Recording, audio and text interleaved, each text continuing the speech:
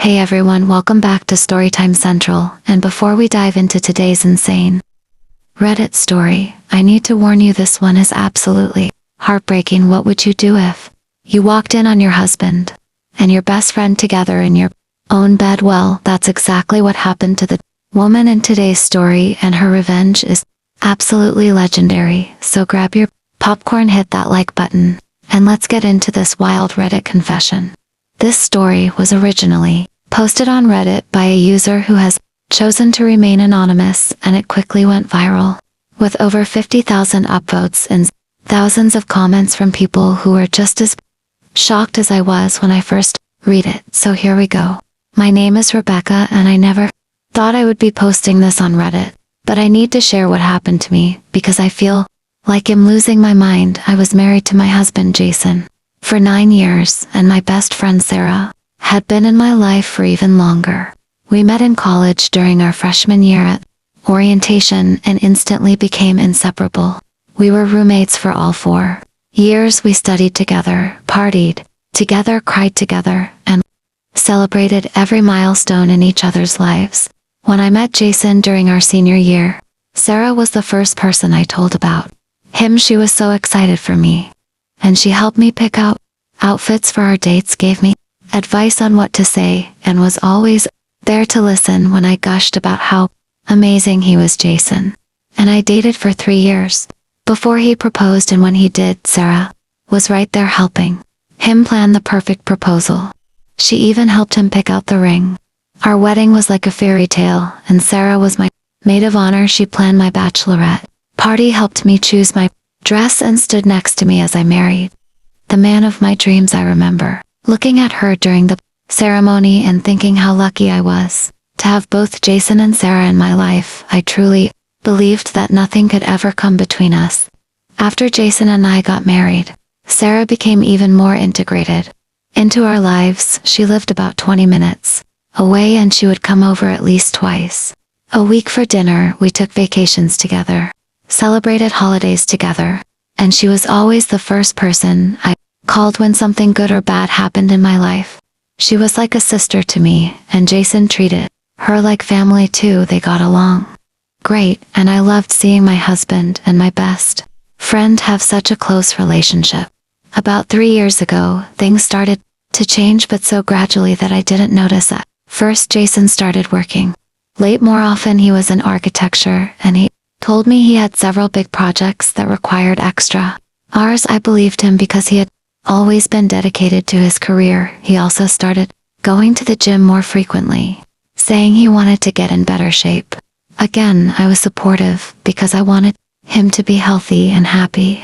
But there were other changes to that I should have paid more attention to. He became more secretive with his phone, always keeping it on silent and face down. He would take it with him everywhere, even to the bathroom, and if I walked into the room while he was texting, he would quickly close whatever he was looking at. Our sex life also started to decline. We went from being intimate several times a week to maybe once or twice a month, and even then it felt mechanical, like he was just going through the motions. I started feeling insecure and anxious, wondering if Jason still found me attractive or if he was falling out of love with me. So I did what I always did when I had a problem. I talked to Sarah about it. I remember sitting in her apartment one evening, pouring my heart out to her, telling her about all my fears and insecurities. She listened so intently and gave me the best advice. She told me that all marriages go through rough patches, and that Jason and I just needed to reconnect. She suggested that I plan a romantic weekend getaway for just the 2 of us, or maybe try something new in the bedroom to spice things up. I was so grateful for her support and her suggestions. I even asked her if she thought Jason might be cheating on me, and she looked me straight in the eye and said, "Absolutely not. Rebecca, Jason loves you so much, he would never do that to you." I believed her because why wouldn't I? She was my best friend, and she had never lied to me before. What I didn't know was that Sarah had been sleeping with my husband for the past year and a half. She had been coming to our house not to see me but to see him. They had been having an affair right under my nose, and Every time I confided in her about my marriage problems, she was getting insider information that she could use to her advantage. It makes me sick to my stomach now, thinking about all the times I trusted her with my deepest fears, and she was the one causing them. The day I found out was a normal Saturday in October. I had planned to spend the day running errands, grocery shopping, going to the bank, picking up dry cleaning, and stopping by the mall to get a birthday present for my mom. I left the house around 10 in the morning and told Jason I would probably be gone until early afternoon. He barely looked up from his laptop when I said goodbye, just mumbled something about having work to do. I had been gone for about an hour, and I was driving to the mall when I realized I had forgotten my credit card at home. I had my debit card, but I specifically wanted to use my credit card because it had cashback rewards, so I decided to turn around and go back home to get it. I texted Jason to let him know I was coming back, but he didn't respond, which wasn't unusual since he often got absorbed in his work. When I pulled into our driveway, I immediately noticed Sarah's car parked across the street. My first thought was that maybe she had stopped by to visit and was keeping Jason company while he worked. I didn't think anything suspicious about it because she came over all the time. I grabbed my purse and walked up to the front door. When I opened it, the house was quiet, no music, no TV, just silence. I called out Jason's name but got no response. I walked through the living room and kitchen looking for them and assuming they might be out in the backyard, but they weren't there either. Then I heard something, a faint sound coming from upstairs. It sounded like music playing softly, so I started walking up the stairs toward our bedroom. As I got closer, I could hear voices, and I thought maybe Jason and Sarah were just hanging out in the bedroom watching TV or something. The bedroom door was slightly ajar and I pushed it open without thinking, and what I saw in that moment will be burned into my memory forever. Jason, Sarah were in my bed, our marital bed, completely naked and tangled up in each other. They were so focused on what they were doing that they didn't even notice me standing there in the doorway. I stood there, frozen, feeling like I couldn't breathe, couldn't move, couldn't even process what I was seeing.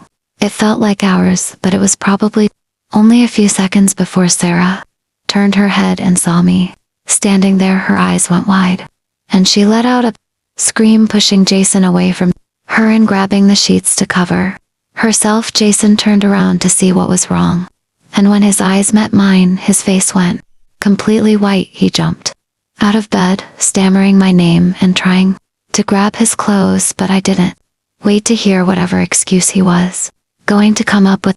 I turned around and ran down the stairs. I could hear Jason yelling my name and running after me, but I was faster. I grabbed my purse, flew out the front door, got in my car, and just drove. I didn't know where I was going. I just knew I needed to get as far away from that house as possible. My hands were shaking so badly I could barely hold the steering wheel, and tears were streaming down my face so hard that I could barely see the road. My phone started ringing immediately. It was Jason calling over and over again. I declined every call, and then Sarah started calling. To seeing her name pop up on my screen made me feel physically ill. How could she do this to me? How could my best friend, the person I trusted more than anyone, betray me like this? I blocked both of their numbers because I couldn't deal with talking to either of them. I ended up pulling into a random parking lot, and I just sat there in my car, sobbing uncontrollably. I felt like my entire life had just imploded in the span of 5 minutes. My marriage was over, my friendship was over, and I didn't know how I was going to survive this. I called my sister, Emma, who lived 3 states away, and through my tears, I managed to tell her what had happened. Emma was absolutely furious. She started cursing and yelling about what she was going to do to both Jason and Sarah when she got her hands on them. But she also immediately booked a flight and told me she would be there by the next morning. She told me to check into a hotel and to not go back to that house under any circumstances. So that's what I did. Found a hotel nearby, checked in, and just lay in bed staring at the ceiling, trying to process everything Emma arrived early the next morning and she was ready for war. She wanted to go straight to my house and confront Jason, but I told her I wasn't ready yet. I needed time to think and figure out my next steps. We spent the entire day in that hotel room talking, crying and planning what I was going to do. Emma kept saying I needed to take Jason for everything he had in the divorce, and that Sarah deserved to have her life ruined too.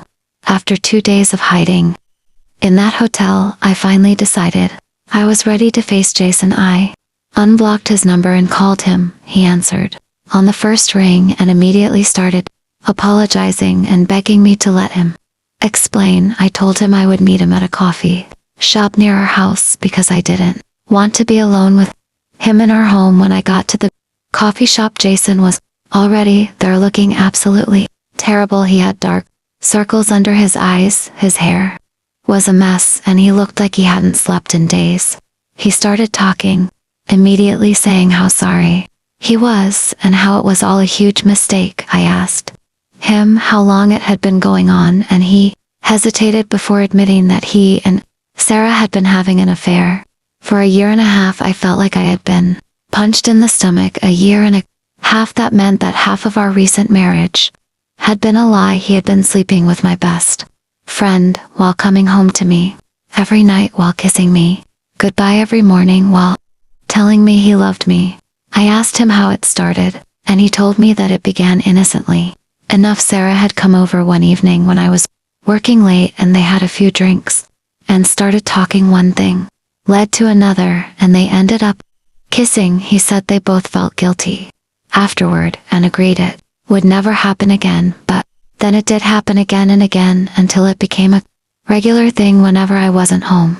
Jason tried to justify it by saying that he and Sarah had a connection and that things between us had become routine and boring. I looked at him with disgust and asked him why he didn't just talk to me about it, why he didn't tell me he was unhappy instead of going behind my back and sleeping with my best friend. He had no good answer for that. He just kept saying he was sorry and that he wanted to work on our marriage. I laughed at that because there was no way I was ever going to forgive him or take him back. I told him I wanted a divorce and that he needed to move out of our house immediately. He started crying and begging me to reconsider, saying we could go to marriage counseling and work through this, but I was done. I stood up and walked out of that coffee shop, and I felt a sense of relief wash over me. Over the next few weeks, I filed for divorce, hired a lawyer, and started the process of separating our lives. Jason moved out and went to stay with his brother. I changed the locks on all the doors and started the process of healing.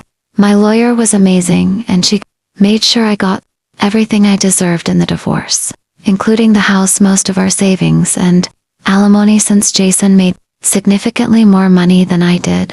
As for Sarah, I decided that simply cutting her out of my life wasn't enough. She needed to face consequences for what she had done. So I started doing some digging, and I discovered that Sarah had recently started dating someone new, a guy named Tyler, who she had met on a dating app, and from what I could see on social media, things were getting pretty serious between them.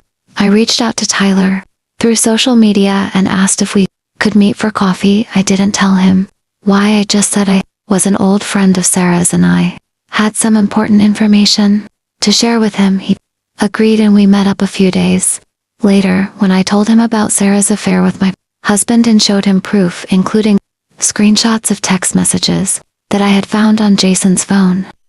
Before he moved out, Tyler was absolutely stunned. He thanked me for telling him and said he was going to confront Sarah about it immediately.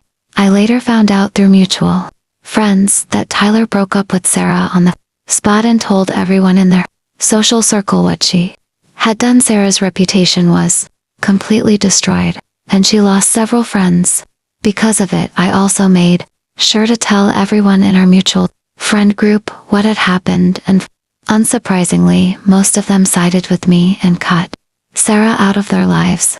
Sarah tried to reach out to me several times through email, and even showed up at my house once, but I refused to engage with her. I had said everything I needed to say, and there was nothing she could do or say that would ever make me forgive her. She had betrayed me in the worst possible way, and she deserved every bad thing that came her way. It's been about 6 months since I discovered the affair and filed for divorce, and I'm happy to say that I'm doing so much better. I went to therapy to work through the trauma and betrayal, and it has helped immensely. I've reconnected with old friends, started new hobbies, and even started dating again. I'm not looking for anything serious right now. I'm just focused on rebuilding my life and finding happiness again. As for Jason and Sarah, I heard through the grapevine that they tried to make a relationship work after everything came out, but it fell apart pretty quickly. I guess when your relationship is built on lies and betrayal, it doesn't have a strong foundation. They both lost friends there. Families were disappointed in them, and they have to live with the guilt of what they did for the rest of their lives. Looking back, I can see all the red flags I missed and all the signs that something was wrong, but I also know that I can't blame myself for trusting the two people I loved most in the world. What they did was their choice, and their betrayal says everything about their character and nothing about mine. I deserve better than both of them, and I'm glad I found out the truth, even though it was in the most painful way possible. So that's my story, Reddit. Thank you for reading and letting me share this incredibly difficult experience. If you're going through something similar, please know that you will get through this. It will hurt like hell, and there will be days when you don't think you can go on, but I promise you that it does get better. Surround yourself with people who love and support you. Cut out anyone who betrayed you and focus on building a life that makes you happy. You deserve nothing less. That was absolutely one of the most heartbreaking stories I've ever read on Reddit, and I can't even imagine what Rebecca went through, discovering that her husband and best friend were betraying her like that. But I have to say, I respect how she handled it. She didn't let them gaslight her or manipulate her into staying. She stood up for herself, got the divorce she deserved, and made sure that both Jason and Sarah faced consequences for their actions. What do you guys think about this story? Do you think Rebecca did the right thing by exposing Sarah to her new boyfriend, or do you think she should have just walked away and moved on? Let me know in the comments below, because I really want to hear your thoughts on this one. And if you've ever been through something similar, please share your story in the comments as well, because this community is all about supporting each other through difficult times. If you enjoyed today's story, please make sure to hit that like button, subscribe to Storytime Central so you never miss another wild Reddit confession, and don't forget to turn on those post notifications so you get alerted every time I upload a new video. Thank you so much for watching, and I will see you in the next story. Take care, everyone.